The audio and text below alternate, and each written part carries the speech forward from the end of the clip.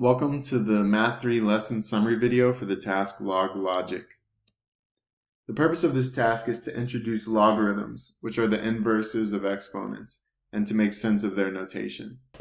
It is also important to remember that you should not use a calculator to evaluate the expressions in this task. That would defeat the purpose of the task in helping you to learn how to think about logarithms. You'll get to use that button, the log button, but not yet. So we finished the last task considering two inverse expressions. We had 2 to the x power, and we didn't know the inverse. But now I'd like to introduce to you the inverse of 2 to the x, which is called log base 2 of x. So we could create a diagram that illustrates this relationship.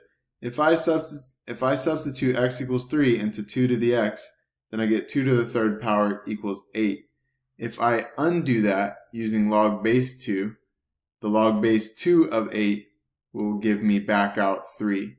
So inverses, if I take what I got out from the original function and I put it into the inverse function, I should end up where I started, which you can see happens here. So another way we could summarize this relationship is, since 2 to the third power equals 8, that means that log base 2 of 8 equals 3.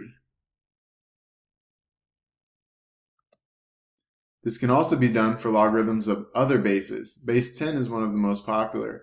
If 10 to the first power equals 10, that also means that the log base 10 of 10 equals 1. 10 to the second power equals 100, that means the log base 10 of 100 equals 2. Notice how the x in the exponent and the y here are being switched. Or in other words, the input of 1 and the output of 10, now 10 is the input and 1 is the output. 2 is the input, 100 is the output, and then 100 becomes the input, and 2 becomes the output. Same thing in the final row. 10 to the third power equals 1,000, the input is 3, output is 1,000.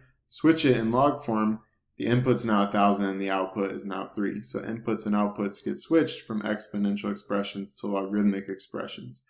In general, you can see this pattern summarized by this statement.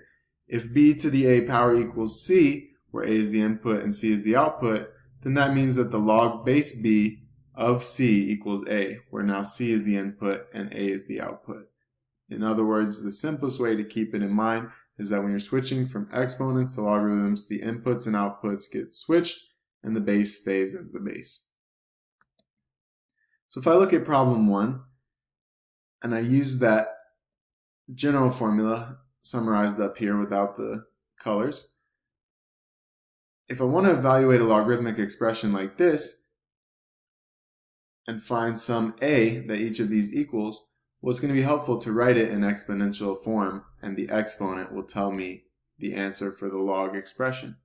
So for the first one, we know 3 to the first power is 3. So that means that a is 1 because the exponent was 1. We know 3 to the second power is 9, so that means that b should go at 2 on the number line because the exponent was 2. We know that 3 to the negative first power is 1/3, which means c should go at -1 on the number line. We know that anything to the 0 power is 1, so in this case d is going to go at 0. And anytime you have a log of any base that equals 1, it will be 0 because anything to the 0 power is 1. So that could help you fill in a lot of other points on this task.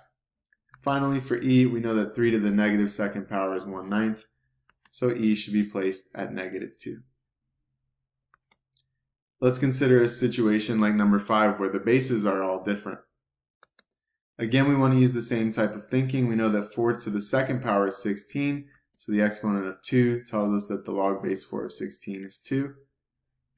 We know that 2 to the fourth power is 16, which tells us that point B should be located at 4. The value of that expression is 4. C is a little more difficult. Using some trial and error, we could find that 8 to the 4/3 power is 16. So that's 1.3 repeating. Might fit well there on the number line, just slightly left of halfway between 1 and 2. And 16 to the first power is 16. So point D fits most appropriately right there at 1. Question 7, again, we're using the same type of thinking. Now we're looking at all base 10 expressions. 10 to the 1.7 is approximately 50. That's rounded. So we could place point A in between 1 and 2, but closer to 2. 10 to the 2.18 is approximately 150. We could therefore place B in between 2 and 3. 10 to the third power equals 1,000 exactly, so C is placed directly at 3. And then 10 to the 2.7th power is approximately 500, so D would fit in between 2 and 3. The task finished with asking us to classify several statements as always true, sometimes true, or never true, based on our exploration. The first statement, the value of log b of x is positive, is sometimes true. We saw cases where logs were negative outputs and where logs were positive outputs, so it's only sometimes true. Statement 10, log base b of x is not a valid expression if x is negative. That is always true. We never took the log of a negative number, and it is in fact impossible. If you think about it, there's no power that you could raise a positive base to that's going to give you a negative result. Similarly, 11 is always true. We saw multiple instances in this task where we had a log of a base of 1 and it always equaled 0. And it will always equal 0 because anything to the 0 power is 1. Log base b of b is always 1 because anything raised to the first power is itself. That's always true.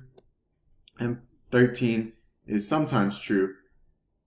This is true when x is a number bigger than 1, but it becomes false if x is between 0 and 1. Or, in other words, fractions such as 1/100th or 1/8.